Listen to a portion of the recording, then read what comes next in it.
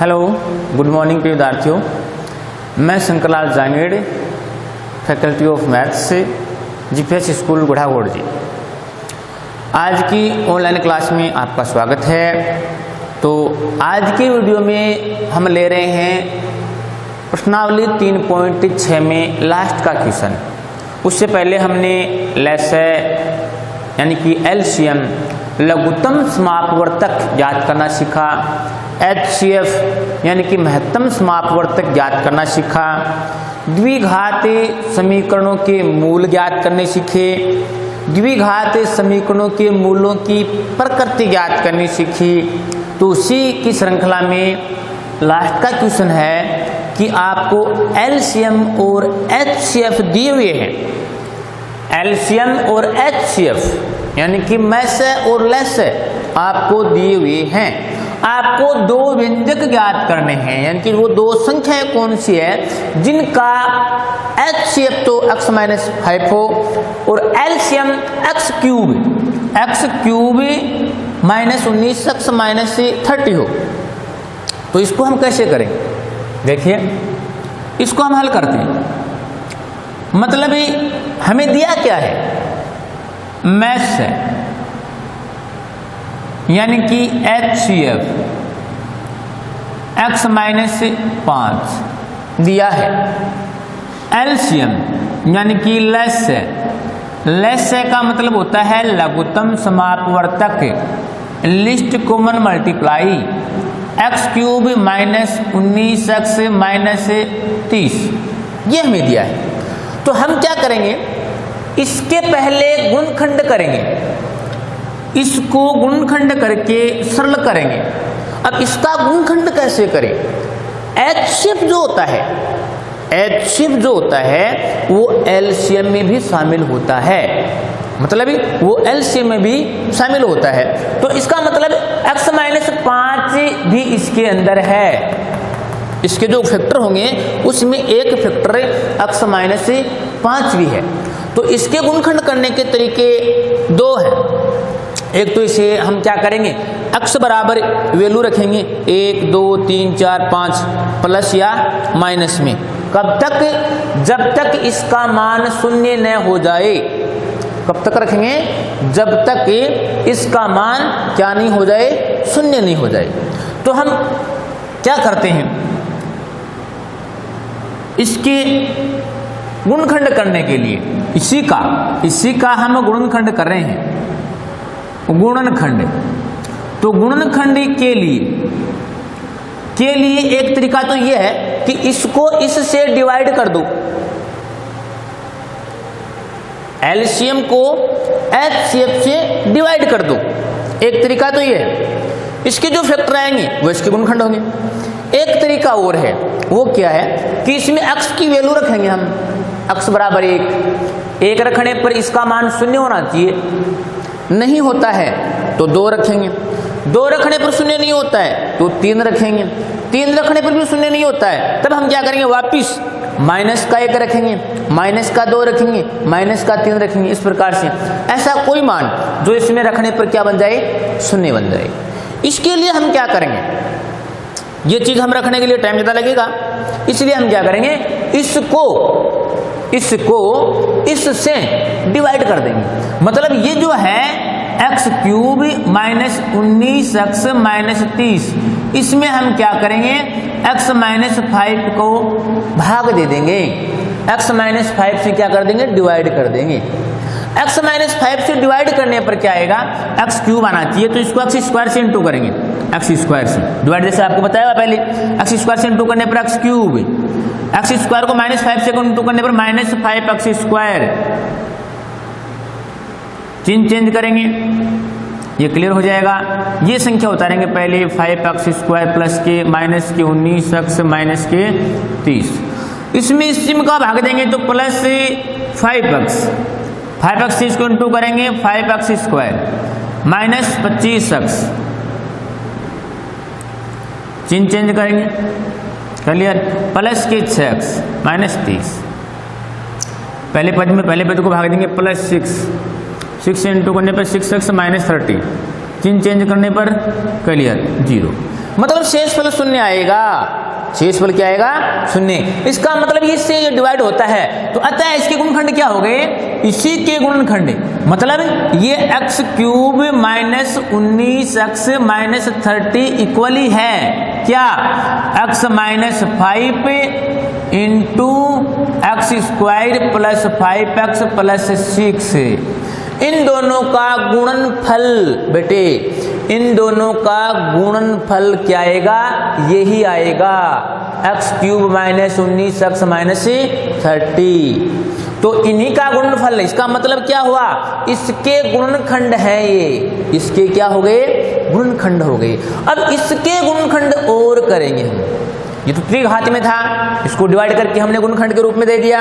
अब ये द्विघात में आ गया, द्विघात में हम पुनः गुणनखंड करेंगे, जैसा कि हम पढ़ चुके हैं x माइनस 5, इसके हम गुणनखंड करेंगे। अब द्विघात समीकरण, द्विघात बहुपद, दोनों के गुणनखंड करने का एक ही रूल है, जो गुणनखंड विधि है वो उसके द्वारा। तो इन दोनों को हम गुणा करते हैं पहले, इन दोनों को। इनका गुणनफल होता है 6x square, 6x square. 6x square के दो ऐसे टुकड़े करेंगे, दो ऐसे टुकड़े जिनका गुणनफल 6x स्क्वायर आई और योगफल मध्य पद के बराबर। तो मध्य पद क्या है? 5x। तो 6x स्क्वायर है 6x स्क्वायर, इसके दो टुकड़े कौन से होंगे? 2 इंटू 3 यानी कि 6।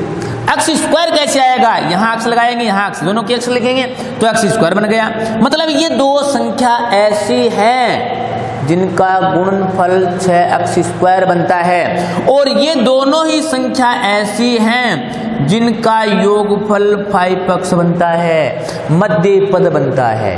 क्या बनता है? मध्य पद। तो इसके ये टुकड़े हो गए दो, तो इसको हम लिखेंगे एक्स स्क्वायर प्लस के 2x प्लस के 3x प्लस के 6। अब इनमें कॉमन लेके और इनका क्या करेंगे? फैक्टर करेंगे। तो इनमें हम क्या करते हैं? कॉमन लेते हैं। क्या लेते हैं? कॉमन लेते हैं। कॉमन लेते हैं तो क्या आता है?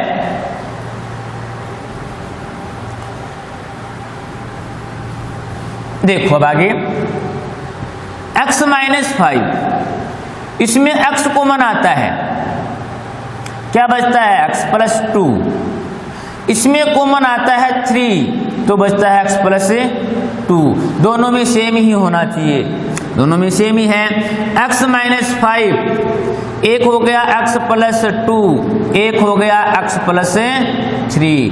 ये किसके गुणनखंड हैं? ये गुणनखंड हैं इसके, x cube minus 19x minus 30, इसके गुणनखंड हैं ये। मतलब ये हमारा एलसीएम ही है। क्या है? एलसीएम ही है। अब हम क्या करेंगे? दो व्यंजक निकालेंगे। तो व्यंजक फर्स्ट और व्यंजक सेकंड, तो दोनों व्यंजकों में दो व्यंजक निकालने हैं ऐसे जिनका HCF x माइनस 5 हो। तो इसका मतलब x माइनस 5 दोनों व्यंजकों में होगा, x माइनस 5 दोनों व्यंजकों में होगा, क्योंकि मिलने वाला क्या होता है? मैस है। तो ये मैस हो गया, दोनों में है। ये आ गया, अब ये हैं, ये आ ही गया, ये दोनों बच गई, ये दोनों बच गए, ये कॉमन आ गया दोनों में, ये दोनों में क्या आ गया? कॉमन आ गया दोनों में। अब ये दोनों बच गए, तो ये दोनों में क्या करेंगे? एक तो इसके लगा देंगे हम और एक इसके लगा देंगे, ये लो। अब ये है वो दो व्यंजक, क्या है? दो व्यंजक। मतलब इनका में से x माइनस 5 ही आएगा HCF, इनका लेस से यही आएगा, कौन सा? x minus 5, x plus 2, x plus 3, जिनका गुणनफल क्या होता है? x cube minus 19x minus 30। तो ये हो गया। इनको हम क्या करते हैं? मल्टीप्लाई करते हैं, इनको इनसे इंटू करते हैं, तो क्या आता है? x square minus 3x minus 10, और इसको इससे इंटू करते हैं तो क्या आएगा? x square minus 2x minus 15। इनको आप इंटू कर लेंगे, गुणा कर लेंगे, जो आपको तरीका बताया हुआ है। तो ये हो गए हमारे दो व्यंजक के, ये हमारे क्या हो गए, आंसर हो गए। ये हमारे क्या आ गए, 2 व्यंजक आ गए। तो ये है 3.6 की प्रश्नावली का लास्ट क्वेश्चन, जो 5 नंबर का है कि 2 व्यंजक, कोई भी सवाल हो, अगर आपको 2 व्यंजक निकालने हैं और निकालने के लिए भी देखो कंडीशन होती है। कंडीशन ये होती है, अगर एलसीएम और एचसीएफ दिया हो तब हम क्या करेंगे, उन दोनों को फैक्टर में करेंगे। एचसीएफ कॉमन होता है, दोनों व्यंजकों में आता है। तो ये क्यूब में है, इसके हमने गुणनखंड कर लिया। गुणनखंड के लिए हमने क्या किया, इसको इससे डिवाइड कर दिया। क्यों किया, क्योंकि एचसीएफ एलसीएम में भी होता है। तो एलसीएम है वो एचसीएफ से डिवाइड होगा, पूर्णतः विभाजित होगा, शेषफल 0 बचेगा। तो इसको इससे हमने डिवाइड करके ये फैक्टर निकाल लिए, इसके हमने फैक्टर करके ये निकाल लिए। अब ये एलसीएम की बराबरी है। अब एलसीएम और एचसीएफ से हमने दोनों व्यंजक निकाल लिए। ओके, आगे चलते हैं। आगे है 3.6 के बाद में हमारी इन सभी प्रश्नावलियों की मिक्स प्रश्नावली, विविध प्रश्नमाला। क्या हुआ,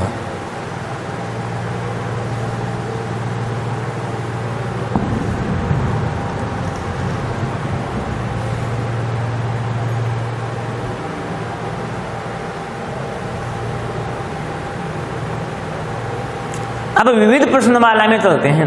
विविध प्रश्नमाला में मैं आपको वो सवाल बताऊंगा जो थोड़े से डिफिकल्ट हैं, और जो सवाल आपको पीछे पढ़ा चुके हैं उनमें से अगर कोई सवाल है तो वो सवाल आपको करना है। फिर भी अगर नहीं आए तो मैं आपको बता दूंगा। विविध प्रश्नमाला 3 की क्वेश्चन नंबर फर्स्ट लेते हैं। क्वेश्चन नंबर फर्स्ट लेते हैं। फर्स्ट क्वेश्चन क्या है, यह है कि एक बहुपद है आपके पास 5x² plus 13x plus k, एक शून्य का दूसरे का व्युत्क्रम है। ये बात हमें दे रखी है कि एक शून्यक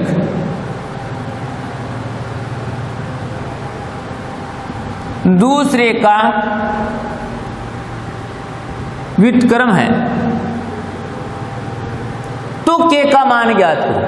हमें क्या करना है, k का मान ज्ञात करना है। k का मान, प्रश्न क्या है, सवाल क्या है, क्या कह रहा है कि ये आपके पास एक बहुपद है। ये क्या है कि बहुपद, क्या दे रखा है, एक शून्यक दूसरे शून्यक का व्युत्क्रम है। व्युत्क्रम का मतलब होता है विलोम। क्या होता है, विलोम। जैसे 2/3 का व्युत्क्रम क्या होगा, 3/2। व्युत्क्रम का मतलब क्या होता है, विलोम। जैसे 5 का व्युत्क्रम, 5 का व्युत्क्रम क्या होगा, 1/5, क्योंकि 5/1 है। इसका मतलब क्या है, 5/1। व्युत्क्रम का मतलब होता है विलोम। तो कोई भी दो संख्याओं के, कोई भी संख्या और उसका व्युत्क्रम के गुणनफल का मान 1 होता है। संख्या और उसका व्युत्क्रम के गुणनफल का मान क्या होता है, 1 होता है। तो हम इसको हल करेंगे तो क्या करेंगे, एक संख्या व उसका व्युत्क्रम का गुणनफल बराबर 1 होता है।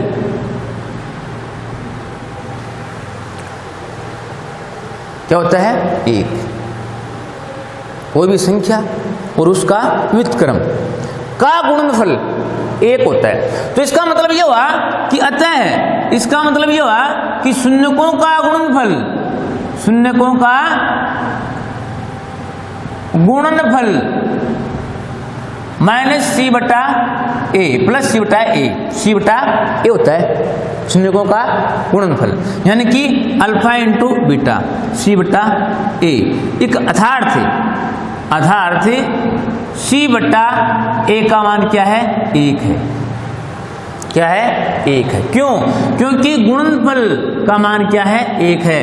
तो अल्फा इंटू बीटा का मान क्या आया? 1। गुणनफल का मान क्या आया? 1। या फिर अल्फा इंटू बीटा, इनका मान क्या आया? 1। गुणनफल का मान क्या आया? 1। तो इसका मतलब ये हुआ c का मान 1, a का मान भी 1। तो x का मान क्या हो गया? 1। तो हमें k का मान निकालना है। हमें क्या निकालना है? k का मान। तो गुणनफल क्या है? c बटा a। c का मान क्या है? k। c का मान क्या है? k। a का मान क्या है? x² का गुणांक 5। अर्थात यहाँ गुणनफल का मान है, यानी कि अल्फा इंटू बीटा बराबर क्या है? 1 है। अल्फा इंटू बीटा बराबर क्या है? 1 है। तो इसका मान 1 k अपॉन 5/1 क्रॉस मल्टीप्लाई वज्र गुणा। तो k इक्वल आ गया 5। k इक्वल क्या आ जाएगा? 5। क्यों? क्योंकि व्युत्क्रम का गुणनफल 1 होता है। c बट्टा a क्या है? गुणनफल है, इसका मान 1 है। तो ये मान लो। तो अल्फा इंटू बीटा का मान क्या हुआ? 1। c का मान अचर पद होता है k। c का मान k। a का मान x² का गुणांक 5। तो k upon 5 cross multiply k का मान 5। ठीक है। अगला क्वेश्चन लेते हैं।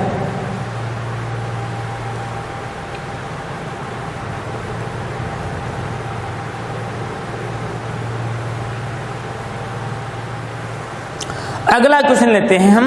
तो पहला क्वेश्चन हो गया, दूसरा, तीसरा आप कर लेंगे। चौथा क्वेश्चन बता रहा हूं मैं आपको। चौथा क्वेश्चन क्या है? बहुपद है एक x² minus p into x+1 plus c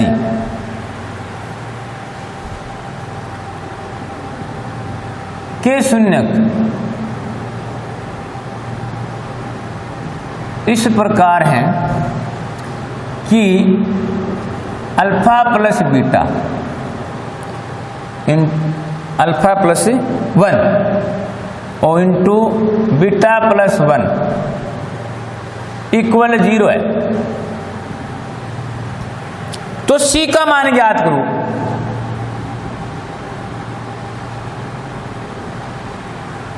हमें c का मान ज्ञात करना है। मतलब क्वेश्चन क्या है? इस बहुपद के 2 शून्यक हैं, अल्फा और बीटा। 2 शून्यक हैं, हमें पता नहीं उनको क्या माना है, अल्फा और बीटा।